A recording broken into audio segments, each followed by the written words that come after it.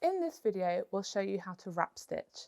We're using Hayfield Bonus DK and you'll use the yarn and needles in your pattern. Wrap stitching is often used in patterns when shaping, for instance like turning a heel, and is a series of actions in a row.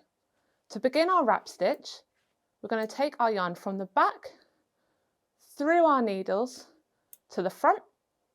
I'm then going to slip the stitch from my left needle onto my right needle and then take the yarn from the front back through my needles to the back, and that's creating my wrap.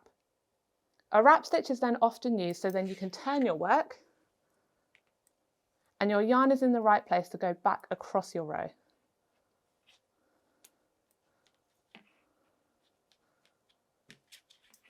And that's how we use the wrap stitch. Practice until you're confident and then head to sirdar.com for more stitches, beginner kits, patterns and yarn.